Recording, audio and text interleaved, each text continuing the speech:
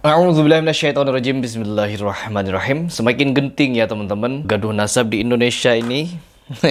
Gaduh nasab di Indonesia. Gaduh nasab Ba'alawi semakin genting ya teman-teman, yang dimana ada suatu pernyataan tegas dari Robitoh Alawiyah yang menanggapi fenomena ini setelah sekitar 1 tahun lebih ya, bergulir sekitar 1 tahunan kasus ini. Baru kali ini Robitoh Alawiyah angkat bicara dan memberikan tanggapan secara langsung bahwa akan mengadakan suatu diskusi ilmiah antara penentang nasab dengan pembela nasab. Ini sangat luar biasa, yang dimana memang hal seperti ini yang saya tunggu-tunggu. Kan sebelum-sebelumnya Kiai Imad sebagai pejuang tesisnya belum ada respon, hanya diajak dialog oleh Hanif Alatos ya, Habib Hanif. Tapi sekarang kita bisa lihat sendiri bahwa ini sepertinya akan menjadi heboh dan ini akan menjadi ya final ya, yang dimana memang pancingan-pancingan yang kita lihat dari Rhoma Irama teman-teman, bahwa dimana deklarasi dia di berbagai macam panggung, di podcastnya atau di berbagai macam pernyataan yang dia lakukan, bahwa hakul yakin katanya, bahwa dia menyatakan Ba'alawi bukan keturunan Nabi Muhammad SAW.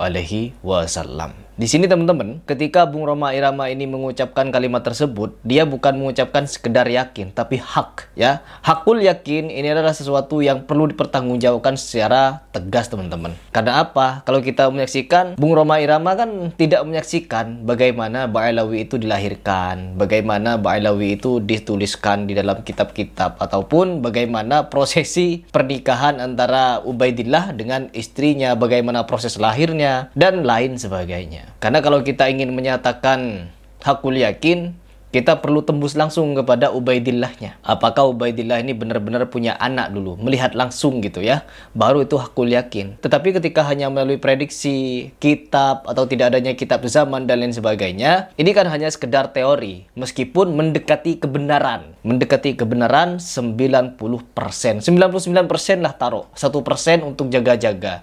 Tapi di sini tidak, langsung hakul yakin bahwa dia terputus. Ini pertanggungjawabannya berat, karena saya pun, meskipun saya juga yakin terhadap pernyataan dari Profesor Manahem Ali dan beberapa kajian ilmiah lainnya, saya tidak berani mengucapkan hakul yakin seperti Bung Rhoma Irama teman-teman. Karena pertanggungjawabannya berat. Melihat meskipun selama 500 tahun lebih catatan nasab tidak ada, tiba-tiba disambung-sambungkan, itu juga sangat luar biasa pertanggungjawabannya. Karena kata Nabi Muhammad SAW, barang siapa yang mengaku-ngaku keturunan si fulan, tetapi pada kenyataannya dia tidak tersambung nasabnya, maka telah kafirlah ia kepada Allah. Dan barang siapa juga, ini sebaliknya nih, dia meragukan nasab seseorang meskipun samar-samar, maka dia juga kafir terhadap Allah Subhanahu wa Ta'ala. Begitu kata Nabi Muhammad SAW. Jadi ini adalah sesuatu yang memang urgent ya teman-teman. Ini sesuatu yang sangat darurat, yang dimana ketika ada perdebatan seperti ini, kita bukan malah acuh dan mendiamkan. Karena ini antara terputus atau tidaknya, mengaku-ngaku atau tidak diakui. Karena 500 tahun itu tidak pendek, yang dimana kalau kita sebagai seorang muslim, untuk mencatat nasab saja, saya pribadi, kepada orang tua saya masih ingat, kepada kakek saya masih ingat.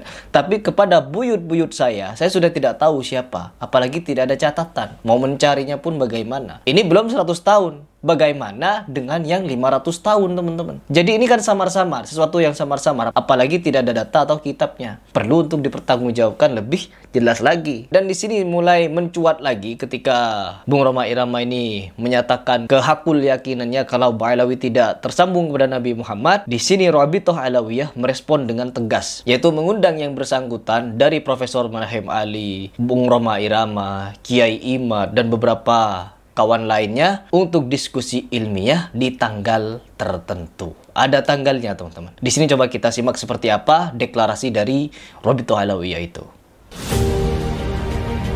Robitoh Alawiyah mengundang Sabtu 7 September 2024. Berarti sekitar 10 harian lagi ya teman-teman. Ya, Kiai Imanuddin. Dengan siapapun 3 hari 3 malam. Ya. 3 hari 3 malam. Untuk mempertahankan tesis. Oh iya, wajib itu. Ya. Oke. Diskusi dengan tema keabsahan nasab Ba'alawi, membedah serta menjawab tulisan dan pemikiran yang membatalkan nasab Ba'alawi. Sekaligus juga dengan tes DNA kalau perlu. Bukan kalau perlu, itu memang perlu. Syekhon bin Abdul Qadir As-Segaf. Syekhon ya, Syekhon. Tim peneliti Muhammad Hanif Alatos, Rumail Abbas, Idrus Al-Masyur, Maimun Nafis, dan lain sebagainya. Ini sampai ke bawah ya teman-teman. Ya. Rabi'ah Alawiyah mengundang Ahad 8 September. Ya, antara 7 dan 8 itu ya. Oh, Roma Irama. Ya, Pak Gembul. Zulfikar, ya. Manahem Ali. Mama Gufron. Mama Gufron ngapain diundang? Mama Gufron itu orang ngaco, ya, orang ngaco yang mencoba untuk eksis, teman-teman. Kenapa diundang ini? Aduh, Allahu Akbar.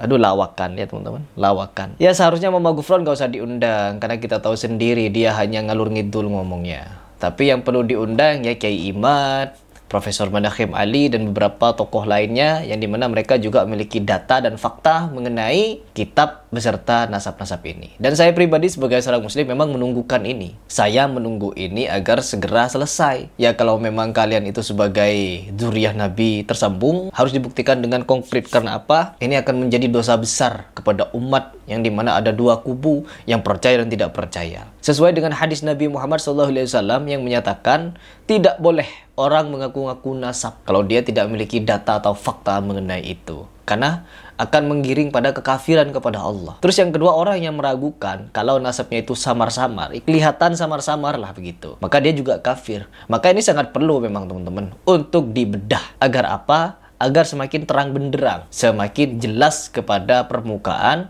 bahwa bagaimana cara kita menyikapi. Di dalam hal ini teman-teman, kita sebagai umat muslim justru melihat segala sesuatu itu dengan tingkat ketakwaan. Ketakwaan seseorang, bukan dari nasabnya. Nasabnya mau tersambung kepada Nabi siapapun, kita juga ini adalah keturunan Nabi, yaitu Nabi Adam alaihissalam. Yang dimana nasab tidak akan berguna juga kelak di akhirat. Sungguh tidak berguna nasab-nasabmu apabila tidak bertakwa kepada Allah Subhanahu wa Ta'ala.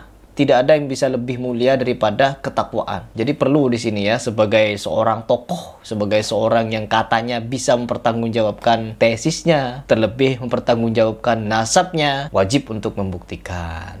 Ya, wajib. Karena apa? Apabila ini tidak segera diselesaikan, maka orang akan terjebak pada dosa-dosa besar, yang dimana berprasangka yang tidak terhadap Ba'alawi. Saya yakin bahwa tidak semua Habib ahli dongeng. Karena seperti yang saya reaction dari kemarin-kemarinnya, ada oknum-oknum Habib yang gemar sekali berdongeng-dongeng. Na'udzubillah min dzalik. Tapi di samping itu juga ada habaib yang lurus. Seperti Habib Salim Al-Mufdhar, yang dimana beliau itu sangat luar biasa ketika menjelaskan keilmuan, menjelaskan nasihat agama yang dia pahami. Kalau saya pribadi respect kepada beliau. Kepada Habib Rizik Syihab saya juga respect teman-teman, yang dimana dulunya ketika dia menjelaskan fikih sangat detail, tetapi setelah dia menjelaskan tentang hal-hal yang berbau khurafat juga, saya mulai mental dari dia. Dan begitu pun juga terhadap Habib-Habib yang lain. Jadi semoga ini bisa membuka mata umat. Undangan dari Rabi'ah Alawiyah ini menjadi pembuka mata umat bagaimana dalam bersikap. Dan semoga juga setelah ini tidak ada gaduh-gaduh nasab lagi.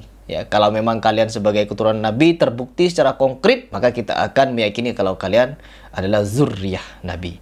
Tetapi kalau tidak bisa terbukti, apalagi setelah dialog ini tetap ambigu, maka sebaiknya ada klarifikasi. Kalian itu mau mengaku sebagai dzurriyyah Nabi atau bagaimana? Begitu dari saya. Semoga ini bisa bermanfaat. Apabila ada yang salah itu dari kekeliruan dan kekhilafan saya, tetapi apabila ada yang benar itu dari Allah Subhanahu wa Ta'ala.